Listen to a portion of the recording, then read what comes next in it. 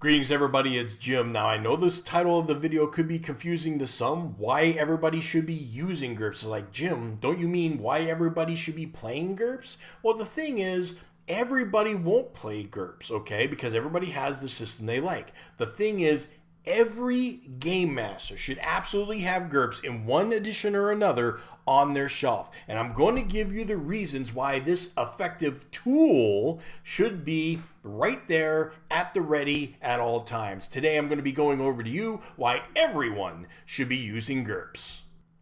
And just to let you know or remind you, Dungeon Runner, my game of solitaire fantasy adventure, is available on Kickstarter right now. There's 27 decks in all, but you don't need any of the previous ones to play. You can jump right in on this Kickstarter with Dungeon Runner. Check the link down below. The main reason that every game master, regardless of the system that they play, should have GURPS on their shelf: reference, both in setting and rules. Okay, so let's go over settings first, because if anybody's ever seen somebody that owns GURPS and it really gets into GURPS, they see this big library of source books, right? Because it almost seems unending. And now some of them are history books like Imperial Rome, Greece, and Aztecs, where, you know, if it's better than going to the library or even on the net to search on those subjects, because these books also add the idea of how to implement these societies into your campaign, or interesting things that happen within that campaign. And they also have, they get a smattering of everything. While one history book might focus on the wars, another on social issues, you know, the GURPS books have all of it in one. So it's just really beautiful. And next, of course, is the most popular books, I think, would be the genre books: espionage, martial arts, supers, space, horror, the list goes on. Of course, fantasy, right? That's almost by default. But some of the books are basically more straightforward, where they have, you know, like espionage, where they just basically tell you how to run a campaign and different ideas of espionage, whether it be Black Ops or maybe more cinematic, like the James Bond stuff. And then there's books like martial arts, which actually bring out more rules for more specialized combat between two martial artists. While you could do that in main GURPS, this goes just a level deeper, okay, where they have all the special different moves and everything. Then you have, like in space, they would talk about the different types of governments that you could find on different planets, and they really focus on that. Another thing that's interesting is their collaboration with certain IPs. I mean, some of them are really esoteric and they're popular enough, but still really a lot of weird stuff, which it doesn't surprise me with Steve Jackson Games whatsoever. And I wonder how much of this actually had to do with Steve Jackson himself, or these other geeks coming in saying, hey, I want to write this book, and him just greenlighting it. But God, I know he's a science fiction fan, though. I mean, we all know that. But the Prisoner TV show, Horse Clans, Ellen Dean Foster's Humanix, and the list goes on. And they're still doing that today with some other IPs and stuff like that. But these are really wild ones. GURPS goes as far as even to, you know, take some of the current role-playing games and adopting their setting into their system, such as Traveller. Now, I'm sure this is because Steve Jackson is a science fiction fan. As Traveller's been out there practically from the beginning. It's one of the very first role-playing games, let alone first science fiction role-playing game. And then there are really esoteric books like Ice Age. Now, I caught flack for having this one, and I was saying, Jim, you're just collecting. And I'm trying to defend it, saying, well, I'll play it. And he's like, are you sure, really? You're going to play Ice Age, Jim? You're going to play Barbarians?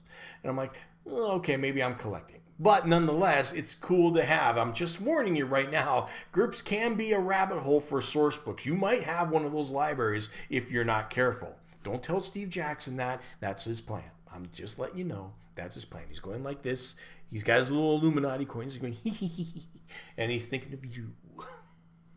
The second reference point why everybody should have GURPS on their shelf is the rules, you know, whether it be for skills or combat. Now, for skills, it's actually quite easy. If you have a new skill or spell or something that you want to make and you want to know how you could put it into your game, you can always check with GURPS first, because chances are they've already come up with the skill, spell, power, whatever. You look it up and you see how GURPS would do it as a base. Why?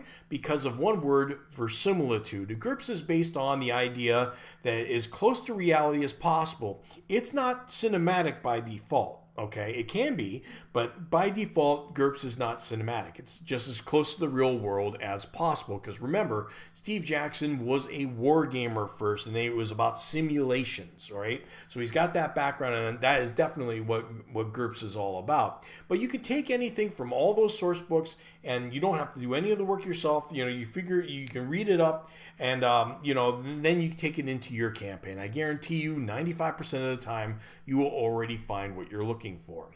So using GURPS as a reference for combat is a little bit more specialized. I mean, obviously Dungeons & Dragons definitely would benefit from it, but even the more crunchier systems would definitely benefit from it, like Hardmaster or Rollmaster, right? But definitely Dungeons & Dragons. Now, some systems that are more cinematic in nature, that might be a little bit lighter on the help side, such as Fate or Savage Worlds.